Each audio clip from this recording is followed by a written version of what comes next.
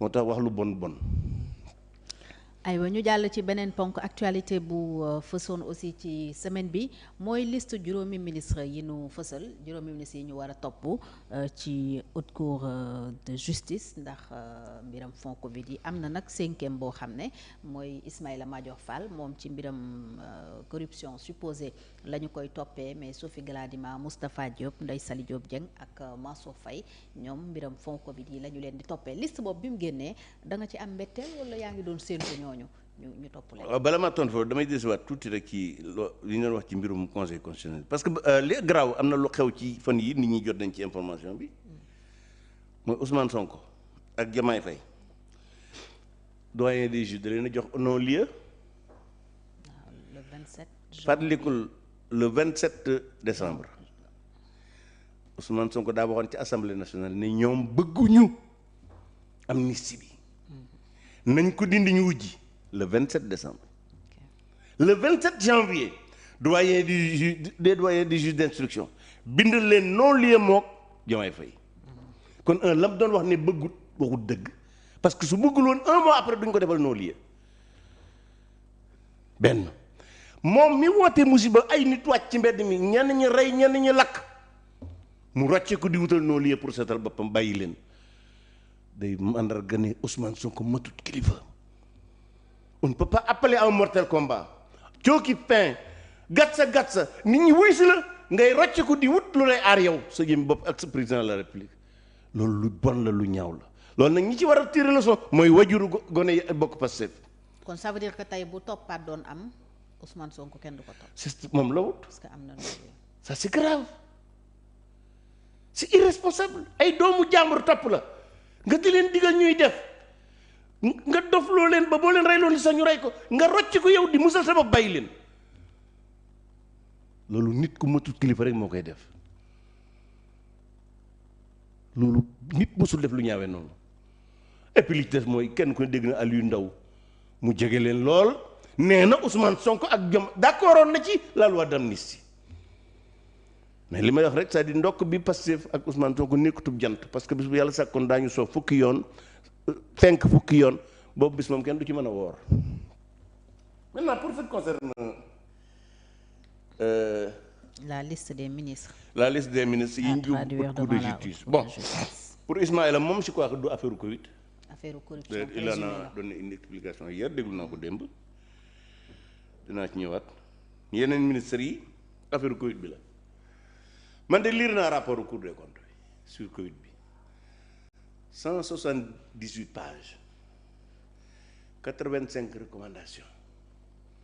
bu ci amee ministre parce que da ci am ku yoru turu ministre xaw ma moom la ministre am déet benn ministre la ñi ci tudd amu ci kenn ku ci bokk. bu dee ki tudd Moustapha Diop du ministre bi. waaw boobu ki tudd Moustapha Diop bu dul ministre kon ministre bokku ci. du moom. dama amul woon lu ma leer quoi moo tax bëgguma ci sori. non c'est pas le ministre. bu tuddoon Moustapha Diakhaté daay xam ne du Moustapha Diop waaye ginnaaw Moustapha Diop la te mu tudd Moustapha Diop. non c'est pas le ministre am dafay xaw a compris kon alhamdulilah. c'est pas le ministre. donc kon Cour des comptes waxul benn ministre ñu topp kon procureur parquet financier fan la jëlee ñi à la limite ay nit ñu taxal la parce que ñoom bi ñu toogee loi bi xam nga loi bi Ismaïla nee na bi ñu ko joxee bi mu 2022 moom joxoon na ko procureur de la république bi fi nekkoon muy Ousmane Diagne Ismaïla laay wax biig de nee na joxoon na ko lu tax amut suite man loolu xëy na dana mas a leer bu ci kanamee mais nguur gu bees gi bi ñu ñëwee wax nañu ne doon nañu lijjanti pour daaj yi takkal seeni ministre yoole leen. am na daaj yu ko def d'ailleurs. oui bien sûr mais gis nga loolu perte de temps la xaalisu gouvernement dans un ministère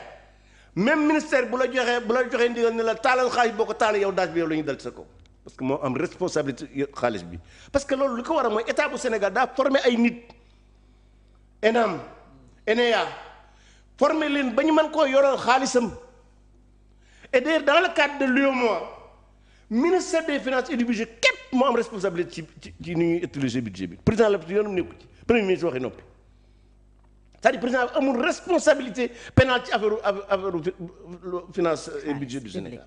loolu c'est avec l'UEMOA bu njëkk président la bi moo nekkoon ordinateur du budget léegi dindi nañ ko c'est le ministre des finances et du budget moom mooy l'ordinateur exclusif du budget moom mooy tànn ci fonctionnaires yi nekk ci ministère am muy les inspecteurs du trésor les inspecteurs des impôts les contrôleurs di leen def ay daas ñu di ko toogal ci ministère yi pour yoral ko xaalis bi kon daa ku ñu fi ministère ku ko fi woo naa ko da ngaa détourné deniers publics waxoo dëgg dama ne toj banque moo gën a yomb ministre détourné des deniers publics. kon maanaam mën nañ leen topp waaye ba fa yëf yee jëm mënuñu leen condamner pour yow. yaakaar naa du mujj fenn bi ci des na mooy cour di la haute cour de justice d'abord elle est illégale elle est anticonstitutionnelle. la haute cour de justice. waaw bu ñu ko attaqué cour suprême annulé ko xam nga tax waxuma ko de cour bee ko wax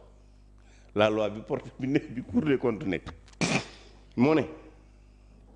yaa ngi dégg li ma bëgg a wax mbaa ubbi nga bu baax ndaw ne article 35 les arrêts de la haute cour ne sont susceptibles ni d'appel ni de pourvoi en cassation. comme CREI rek. comme CREI ça ne correspond pas aux standards internationaux d'un état de droit kon la fa jëlee CREI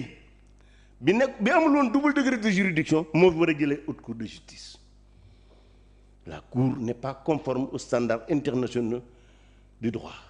elle est attaquable. bien sûr bu ñu ko les questions de constitutionnalité bu ko les avocats de ñi ñu woo. saisir la conseil constitutionnel da koy supprimer. day supprimer loi bi day abroger loi bi da koy annuler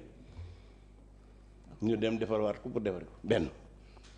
maintenant man personnellement. mais su dee lii lañ fi bàyyi kon ñoom ñu ngi ci danger.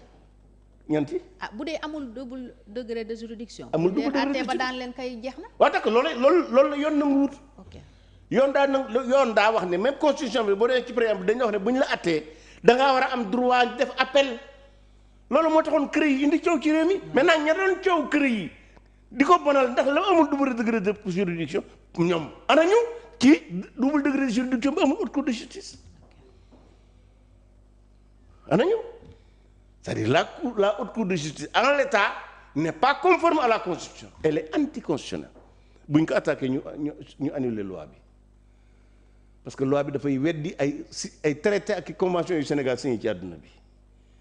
muy la charte africaine des droits de l'homme la déclaration de 1948 la déclaration de 1789 yooyu yëpp haute cour bi dafa safaanoog yooya te yooyu ñu tiim constitution bu Sénégal. kon encore une fois je crois que bu ñu ko attaqué il y aura pas de procès en tout cas rapidement xanaa ñu modifier haute cour bi bi des mooy man sama bopp ñett yi dama ko bugg dama ci d'accord loolu nag sama xalaatu bopp laay ñëwee nii nag muy d'accorduma ci amnistie d'accorduma ci grâce d'accorduma ci haute cour pour ñett raison mooy day remettre en cause la séparation des pouvoirs xam nga Sénégal dañoo tànn ne exécutif lii lay def législatif lii lay def judiciaire lii lay def or cour des comptes daa boole yëpp parce que ay député dañuy doon magistrat haute cour de justice ay député ci ñi àtte lañ bokk boole ko magistrat loolu jaaduwul bi ci des mooy haute cour de justice maanaam day indi inégalité des Sénégalais devant la loi parce que daa am Sénégal yoo xam ne ñooy yàlla bind ñoom haute cour mu leen di àtte ñi yàlla bind dem ci tribunaux ordinaires yi di rang ci saal yu yaatu yu tàng yi loolu jaaduwul parce que dans une république l'égalité des citoyens devant la loi c'est un impératif kon warul am ay ñu yàlla bind ak lu yàlla bind or malheureusement avec la cour des comptes loolu moo ci am kon cour des comptes dañ ko war a bu fekkoon ne Pastef dañoo ñëw ci réew mi ngir defar réew mi proposition yii la ñuy def mooy yu incongru yi nga xam ne dafa démbee ñu dindi ko pour nag Sénégal yépp yem c'est-à-dire un ministre qui détourne des deniers publics fa ñuy attee Moustapha Diakhaté mi sàcc ginaar ñoo war a yem inégalité boobu dafa jaaduwut moo tax encore une fois jàpp naa ne la haute cour de justice dañ ko war a dindi et que tribunaux yëpp mën a atte ministre mën a atte président de la république su fekkee daa def juumte. soxlawul juridiction spéciale. mais bien sûr mais dafa jaaduwul ci réew. day tax mu mel ne daa am Sénégalais yu yàlla bind ak Sénégalais yu yàlla bind te sax Sénégalais yëpp benn yàlla bi leen bind mooy constitution bu Sénégal ci seeni sañ-sañ nag laay waxee nous sommes tous égaux devant la loi. parce que moo nekk ci préambule constitution bi les Sénégalais sont nés égaux devant la loi. kon encore une fois man personnellement man d'accord ma ci haute cour de justice bi maintenant nag li ci am nag mooy li ma wax sànq rek le fait que amul double degré de juridiction c'est une entorse au traité que le Sénégal a signé le fait que mu boole ay magistrats ak i député aussi c'est une entorse à la séparation des pouvoirs. Deuxièmement, le fait que ñu wutal tribunal spécial pour des ministres c'est une entorse à l'égalité des citoyens devant la loi ñetti entorse yi nag dara mënu koo yor ba nag baax lii nag dama koy def rek parce que damay ci pédagogie lañ nekk jàngal nit ñi bañ xam li yi baaxut ak yi tey war koo dindi parce que damay jàpp ne ñun man de damay góorgóorlu di ko def li wërta am ak li mënta ñàkk man loolu mooy sama yitte wax Sénégal yi li wërta am wax Sénégal yi li mënta ñàkk parce que loolu mooy tax nit ñi nekk ay citoyens yu kon encore une fois maintenant pour ce qui concerne Ismaïla je l'ai écouté hier nee na moom Ousmane Diagne koy toppaloo. moom daa am koo xam ne da koo jiiñ ne da ko jox xaalis. ab entrepreneur. waaw mu mel ni kon day mel ne rek li dal Lat Diop moo ko nar a dal de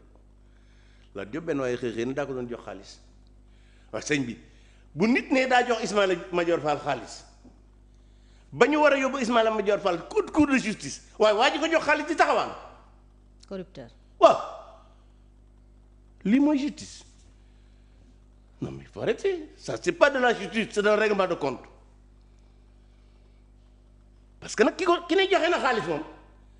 bu fekkente ne jàppuñu ko waruñoo jàpp ki mu jox xaalis parce que en matière de corruption le corrupteur et le corrompu sont sanctionnés par la même loi. Bon bi des nag mooy bon ça me surprendrait que Ismaïla di ñu di ko corrompre quoi et puis bu ñu ko doon corrompre xanaa 50 millions nag quand même bon maintenant je l'ai. tax mu la doon bett da nga ko xam. Oh je le connais bien moi je le connais depuis qu'il était étudiant bon je le connais bien depuis qu'il était étudiant bon. gëmoo ne dina nekk ci yooyu. Oh franchement ça me surprendrait boobaay nag dama ci am responsabilité parce que nag bokk naa ci ñi ko booleeg Macky Sall. moom Ismaïla absolument ah oui parce que nag quand même c'est une brillante tête hein. Et ma wax El Malick Ndiaye ne ko ba assemblée ko am na document bu fa nekk moom moo ko defaroon ci Union européenne ñoo ko financé mu def diagnostic et des propositions de réforme de l'institution parlementaire na ko xool quoique boobaa mën na caa amee xam-xam mën na caa suppar ñi assemblée bi bien que il faut le réactualiser quoi gën a moderniser mais fondamentalement itte bi mooy fexe ba député bi mën a gën a nekk député